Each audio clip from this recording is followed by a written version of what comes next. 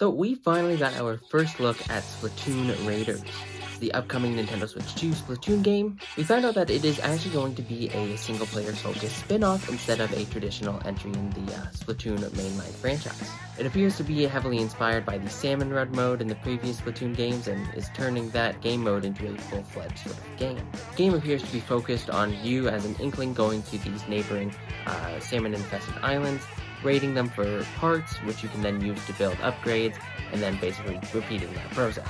I really enjoyed Salmon Run in the previous game, so them making a full spin-off game focused around this concept I think is actually pretty cool.